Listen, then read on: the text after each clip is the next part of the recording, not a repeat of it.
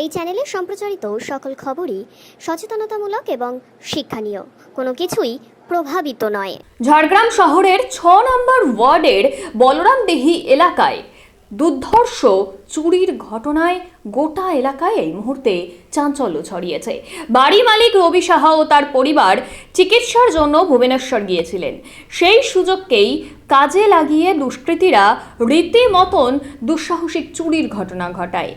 গত রাতে বাড়ির বাইরে গেট থেকে শুরু করে ভেতরের রুমের দরজার তালা ভেঙে সমস্ত লকারের তালা ভেঙে রীতিমতো সারারাত তাণ্ডব চালায় দুষ্কৃতীরা।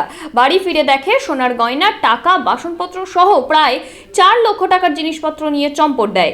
শহরে একের পর এক চুরি ছিনতাইয়ের ঘটনায় চাঞ্চল্য ছড়িয়েছে। শহরের মেন রাস্তার পাশে ব্যস্ত জনবহুল এলাকায় এইভাবে চুরির ঘটনায় সাধারণ মানুষের নিরাপত্তা নিয়েই প্রশ্ন তুলছে এলাকার বাসিন্দারা।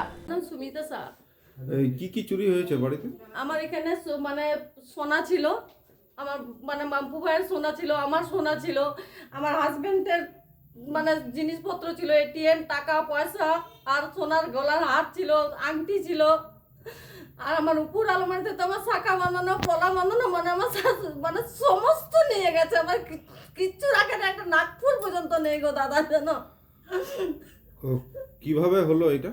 আমি তো সকালে, আমি কালকে রাত্রে নেমেছি, আমি খড়গপুরে দুরন্ততে। আমি নেমে রাত্রে তো ট্রেন পাইনি, 1:45 সময়। সকালে আমি ধানবাদে এসেছি, ধানবাদে এসে দেখি জাস্ট বাইরের গেটটা এইটুকু খোলা দেখে আমি বলছি গেট কেন খোলা, দিয়ে দেখছি না ঘরের বাইরে পুরো তালা চারদিকে ছড়ানো আছে বাইরে। দিয়ে আমরা ঘরটা খুলে দেখেছি, পুরো আলমারি ফালমারি সব ভাঙা, সব খুলেছে। আমার এত কাঁসার বাসন ছিল, সেগুলো বস্তা বস্তা সব নিয়ে গেছে।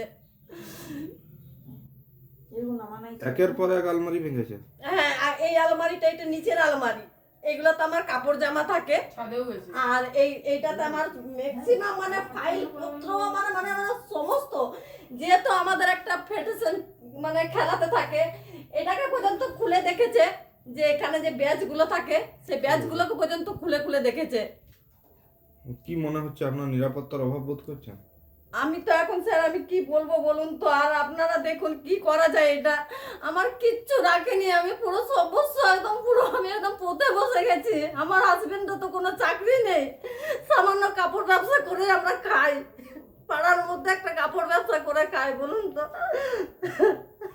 আপনার নাম? আমার নাম সুমিতা স্যার।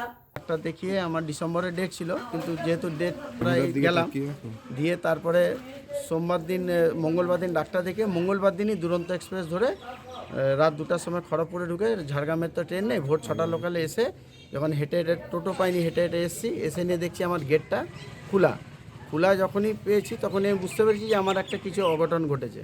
দিয়ে ভিতর দিকে যখন খুলছি তখন দেখছি সব তালা ফালা ভাঙা, ভিতরে ঘরে যখন ঢুকি চারদিকে তছনছ করে একদম ছেড়ে দিয়েছে। মানে যত গয়নাগাটি, যা গ্যাস ছিল, সমস্ত কিছু, এবং দোকানের মাল, যেখানে দোকানে আমার মাল ছিল সেই মালগুলো পর্যন্ত লুট করেছে। কতক্ষণ মনে হচ্ছে যে অভিযান চলে? এইটা মিনিমাম, এটা তো খুব প্ল্যান্টে কাজ করেছে। এটা যা মনে হচ্ছে, যেহেতু আমরা ঘরের কেউ নাই, এটা মোটামুটি 2 থেকে আড়াই ঘন্টা ধরে এটা অপারেশনটা চালিয়েছে। কি কি চুরি হয়েছে? আমার 4টা সোনার আংটি ছিল, আচ্ছা, একটা চেন ছিল, আচ্ছা, আমার বইয়ের শাখা বাঁধানো কলা, আমার নাতনির 4টা আংটি ছিল, প্লাস আমার বইয়ের 3খানা আংটি ছিল। নিয়ার অ্যাবাউট প্রায় 4 লাখের কাছাকাছি আমার গোল্ড ছিল। শহরের মধ্যে মেন রাস্তার ধারেই এইভাবে চুরির ঘটনায় কতটা কতটা আতঙ্কিত? আমরা তো প্রচুর আতঙ্কিত, কিন্তু কি বলবেন, এখানে এই মানে আবার ক্যাশও ছিল, ক্যাশ 20,000 আমার কাছে। ক্যাশ বেশি থাকে না, সব আমাদের ফোনেই থাকে আর ব্যাংকেই থাকে।